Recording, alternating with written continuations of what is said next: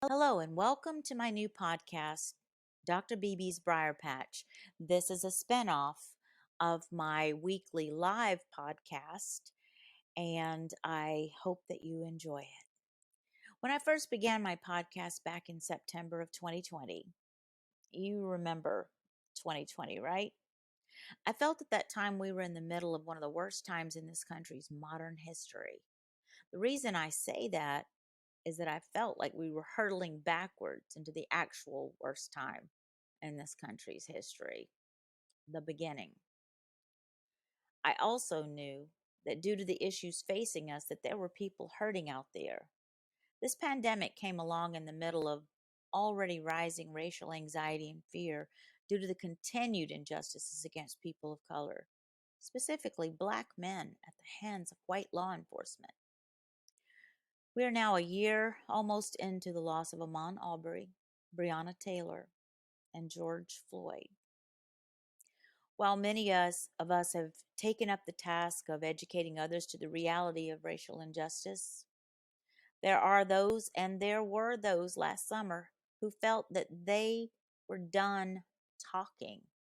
And yes, they took to the streets, and things went a little crazy. That is what oppression and fear do. They make you a little crazy. So let's talk about that. Let's talk about the different kinds of crazy. There is the crazy black mother and father who have lost their son or daughter. There is the crazy black woman who has lost her husband, the father of her children. There is the crazy black community that is tired of living in fear. There are crazy black people who have gone stark raving mad over the failure of our courts in delivering justice when it comes down to a white cop versus a black citizen. It was that crazy that took to the streets to raise voices and signs, to march into areas that are for the affluent and, yes, more typically the white affluent. For even the wealthiest of those among the black community rarely feel they truly have a seat at the table when they shop in high-end stores or eat in those fine dining restaurants. This society does not welcome them, perhaps even hates them more, and it often shows. Yes, yes, crazy things happened. Stores were looted, stores were set afire. People crazily broke the law. Things were damaged. Things. In all the rallies and riots of last summer, there was not one person injured or killed at the hands of those crazed black folk. This did not happen until law enforcement got involved. As angry as these crazy black folk were, and as angry as they were with the government, as much as they seethed with hot rage, often bubbling over like a volcano, knowing who had poured the gasoline on a barely banked fire that had been smoldering for years, they did not take to the streets in D.C. to harm anyone. They marched peacefully, and again, no one was harmed at their hands. But at the behest of our enemy, there were injuries. These people only wanted to be seen. They only wanted to be heard. But the enemy wanted them to be a lesson. Things got so crazy that a white boy from another state drove with his mother to Kenosha, Wisconsin, and he shot people with a gun for which he was not the registered owner. Was he even old enough to be registered for a weapon? I don't think so. We know it was his mother's gun, and people died. What was his punishment? Let me rephrase that. What punishment? While black mothers cry over their dead sons and daughters, this white mother drove her son over state lines to kill innocent protesters.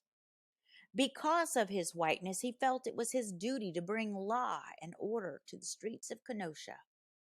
Now that is a familiar phrase, isn't it? Did he hear some mysterious voice calling him from the higher realm? No, not exactly. We know the voice to which he answered. And we all know what happened January 6th in reaction to the taking down of the enemy through the constitutional right of the people who cast their votes and the constitutional duty of our Congress to make it official. There was mayhem, there was chaos, there was fear, there was death. But it was not so bad, was it? At least it was not crazy black folk, a Wisconsin senator said. We need to rethink what is crazy in this country, just like we need to rethink what is justice. Maybe white folks don't feel comfortable seeing black mothers cry for the loss of their children to senseless and obvious racially motivated killings. There is a fix for that. Stop the killings. We cannot even pass this 1 year anniversary of last spring and summer's senseless tragedies and feel we are on the way to healing, because now we are seeing our Asian brothers and sisters, their mothers and fathers and grandparents targeted by crazy white people. And one of those was a part of the 2 mass murders in the past week. Doesn't it seem like that it's always guns in the hands of crazy white people who shoot up schools, churches, synagogues, mosques, Walmarts, now day spas? And yes, yesterday, a grocery store in Colorado. Now, we know that the shooter in the Colorado murders was of Middle Eastern descent, but I bet no white official is going to excuse him by saying he targeted a grocery store because he has an eating disorder. No, that would just be crazy, wouldn't it? So why are these white people crazy? Are they crazed with grief? Are they crazed with rage at how they are treated unfairly? How they fear for their lives when they see blue lights flashing? No, they are crazy over the irrational fear that their way of life is being canceled. Their way of life is what led us to where we are today. I will take black crazy over white man's brand of crazy any day. Black folks are tired of being crazed by fear, crazed by grief, and crazed by the hot rage they feel over the injustice, inequity, and insufferable treatment received just because they are black.